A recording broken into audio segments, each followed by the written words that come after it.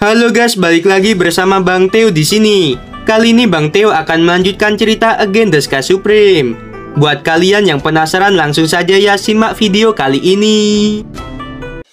Oke guys, ada Sawiriani dari Bang LP18. Ini nggak tahu ya Bang Mario atau bukan. Semangat Min. Siap, terima kasih banyak ya. Semoga lancar rezekinya dan sehat selalu. Amin. Oke, langsung saja pada videonya. Pada saat ini, Tanyun memikirkan suara Nanggong Yukin yang tidak dapat dipahami. Suamiku, bukankah kamu tidak memiliki kualifikasi atribut kuno? Mengapa kamu baru saja menggunakan formasi pedang dewa kuno?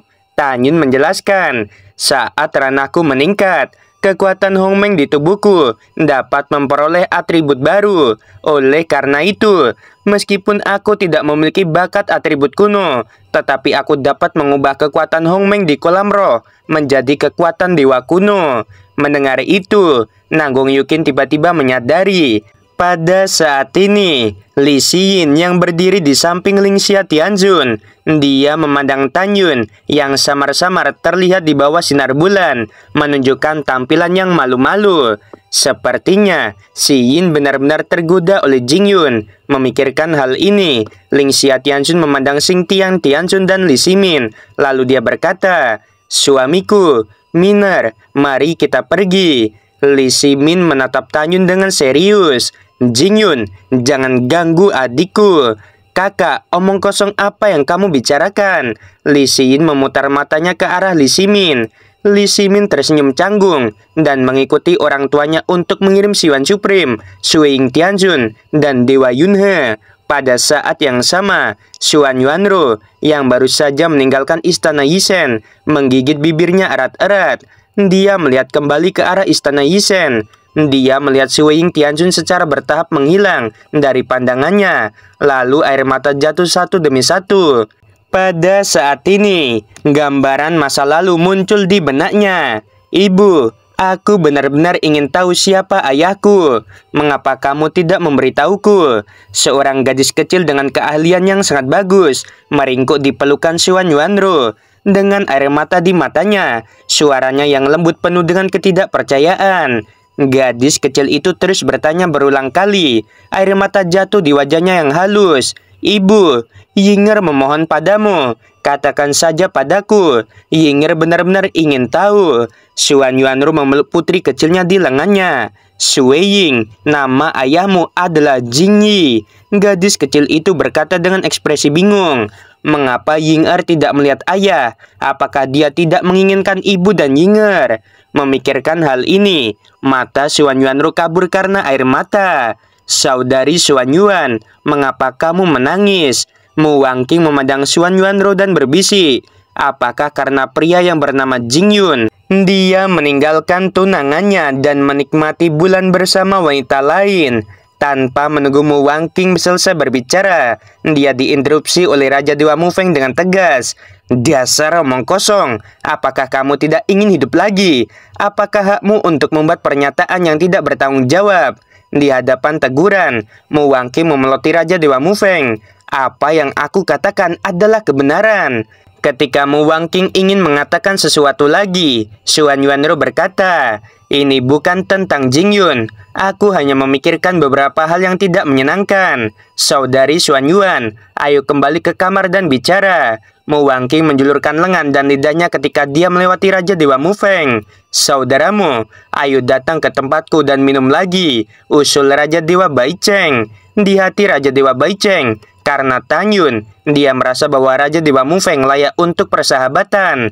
Dan hal yang sama berlaku di hati Raja Dewa Mufeng. Sebelumnya, Raja Dewa Mufeng yang dikenal sebagai 10 Raja Dewa tertinggi, secara alami tidak akan dekat dengan Raja Dewa Baicheng. Karena dia tahu bahwa leluhur Raja Dewa Baicheng telah menyinggung Ling Xia Tianjun. Tetapi dia tahu bahwa sekarang, pasukan keluarga Bai memiliki murid dari Ling Xia Tianjun. Jadi di masa depan, Ling Xia Tianjun pasti akan menggunakan kembali pasukan keluarga Bai. "Baiklah, ayo." Raja Dewa Mufeng setuju. Dia dan Raja Dewa Baicheng datang ke aula VIP. Setelah keduanya meminta gadis pelayan untuk mengambil anggur, mereka mulai minum dan mengobrol. Pada saat yang sama, di istana Yisen, Tanyun dan Li Xin berjalan berdampingan. Tidak ada yang mulai memecah kesunyian. Kakak ipar, aku memberitahumu bahwa jika kamu ada hubungannya dengan wanita ini, aku akan benar-benar mengabaikanmu di masa depan. Pada saat itu, suara mengancam Suzian terdengar di benak Tanyun. Juga, kakak Sen dan yang lainnya telah menyatakan pendapat mereka. Kamu berani mengobrol dengan Li Xin, kami akan mengabaikanmu secara kolektif. Mendengar itu, Tanyun terdiam dan berkata melalui transmisi suara, Xian, apakah aku tipe orang yang mudah mencintai seseorang? Suara Suzian terdengar lagi. Bagaimana dengan 7 istrimu, ditambah 3 tunanganmu? Li Xin berkata, Jingyun, ada apa denganmu? Apakah kamu khawatir? Oh, tidak apa-apa, Tanyun tersenyum. Apakah menurutmu sulit untuk bersamaku? Li Xin mengangkat alisnya. Tidak, Nona, kamu terlalu banyak berpikir, Tanyun membungkuk. Li Xin tersenyum. Kamu bisa memanggilku Xiyin di masa depan. Kamu adalah murid ibuku, jadi kamu tidak perlu terlalu belak-belakan. Tanyun mengangguk ringan. Ayo pergi, aku akan mengajakmu berkeliling untuk berkenalan dengan lingkungan istana. Kemudian Tanyun berjalan bersama Li Xin di mansion yang indah. Selama setengah jam berikutnya, tak satu pun dari mereka berbicara. Ketika Li Xin sedang berjalan di tepi danau, di bawah sinar bulan, dia tiba-tiba melihat ke belakang, menarik napas dalam-dalam dan berkata, Jingyun, apakah menurutmu aku cantik? Ya, kamu cantik, kata Tanyun dengan jujur. Mendengar itu, Li Xin tidak tahu mengapa, tetapi jantungnya berdetak lebih kencang dan lebih keras saat ini. Jingyun, izinkan aku bertanya. Kamu, Li Xin sepertinya ingin mengatakan sesuatu, tetapi dia berhenti berbicara. Ada apa? Tanya Tanyun. Oh, tidak apa-apa, Li Xin berkata dengan lembut. Ceritakan tentang dirimu, di mana kampung halamanmu, siapa yang ada di keluargamu. Mendengar itu, Tanyun memikirkan orang tuanya dan kakeknya yang sudah tua. Dengan tatapan kerinduan di matanya, dia berkata, kampung halamanku ada di alam fana. Orang-orang di sana sangat sederhana. Aku memiliki orang tua yang mencintaiku dan seorang kakek tua. Setelah Tanyun selesai berbicara, Li Xin bertanya, apakah paman dan bibi masih hidup? Ya, Tanyun mengangguk dan berkata, meskipun aku sudah lama tidak bertemu mereka, aku yakin mereka masih hidup dan sehat. Mendengar ini, Li Xin mengerucutkan bibirnya dan berbisik, aku sudah dewasa, dan aku belum pernah ke alam fana. Jika ada kesempatan di masa depan, bisakah kamu membawaku ke sana? Tanyun berkata dengan santai, tentu saja bisa. Mendengarkan persetujuan dari Tanyun, di bawah sinar bulan yang cerah, wajah Li Xin yang memukau menunjukkan tatapan tegas. Dia mengepalkan tinjunya dengan erat, mengumpulkan keberaniannya, dan berkata, Jingyun, aku adalah orang yang berani mencintai dan membenci. Aku telah bertemu banyak pria, tetapi aku tidak pernah tergerak oleh siapapun sampai aku bertemu denganmu. Aku tidak keberatan jika kamu memiliki tunangan. Apakah kamu bersedia mencoba menjalin hubungan denganku? Begitu kata-kata ini keluar di telinga Tanyun, Xiao, Xianer, dan yang lainnya di pagoda langsung memusuhi Li Xin. Meskipun mereka tahu bahwa Li Xin adalah putri musuh Tanyun, Tanyun pasti tidak akan setuju, tetapi mereka masih merasa sedikit tidak nyaman. Li Xin yang mengumpulkan keberanian besar berpikir bahwa Tanyun akan langsung setuju. Dia percaya diri karena 2 alasan. Pertama, dia adalah kecantikan nomor 1 di alam Dewa Hongmeng. Yang kedua, dia adalah putri Lingxia Tianzun dan Xing Tingyan Tianzun. Dia percaya bahwa jika dia mengesampingkan identitasnya dengan kecantikan dan bakat, tidak ada pria yang akan menolak. Tapi dia salah. Ketika jawaban Tanyun keluar, dia tahu bahwa semuanya adalah pendapatnya sendiri. Di bawah sinar bulan, Tanyun memandang Li Xin dengan meminta maaf dan berkata dengan lembut, Xin, kamu gadis yang baik, tapi maaf kita tidak cocok. Li Xin gemetar dan menatap Tanyun. Mengapa tidak cocok? Sebenarnya, aku sudah punya 7 istri dan 3 tunangan, kata Tanyun dengan jujur. Dengan kata lain, Tanyun tahu bahwa balas dendam terbaik adalah berjanji pada Li Xin. mainkan perasaannya, dan kemudian balas dendam terhadap Lingxia Tianjun. Tapi Tanyun memiliki prinsip sebagai laki-laki, dan dia pasti tidak akan melakukan tindakan seperti itu. Juga, bahkan jika Tanyun tidak memiliki istri atau tunangan, dia pasti tidak akan menerima Li Xiyin. Tidak ada alasan lain, itu karena Li Xiyin adalah putri dari musuh bebuyutannya. Memikirkan apa yang telah dilakukan Lingxia Tianjun padanya, Tanyun berdiri di sini dan berbicara dengan Li Xiyin dengan tenang adalah langkah mundur terbesar Tanyun.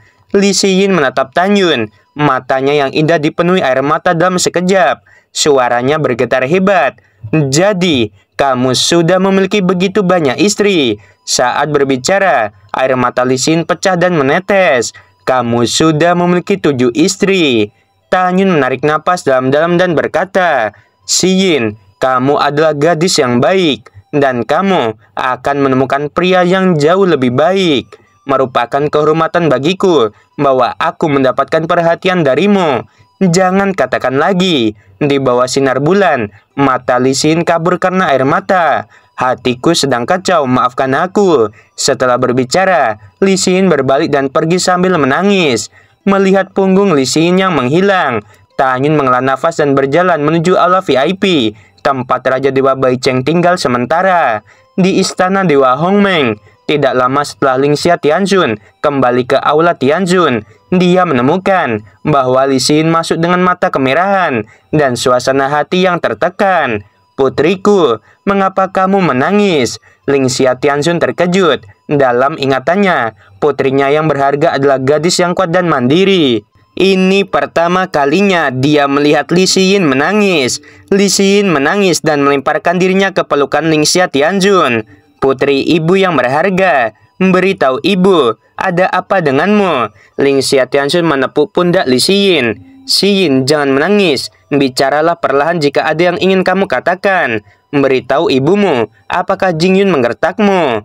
Li Xiyin menangis. Dia tidak menggertakku. Aku hanya benci karena terlambat bertemu dengannya. Sudah sangat terlambat. Ibu, aku benar-benar patah hati. Putriku, apa-apaan ini? Lingxia Tianjun memandang putrinya yang tampaknya telah dianiaya oleh langit, dan hatinya terasa sakit. Katakan pada ibu, ada apa?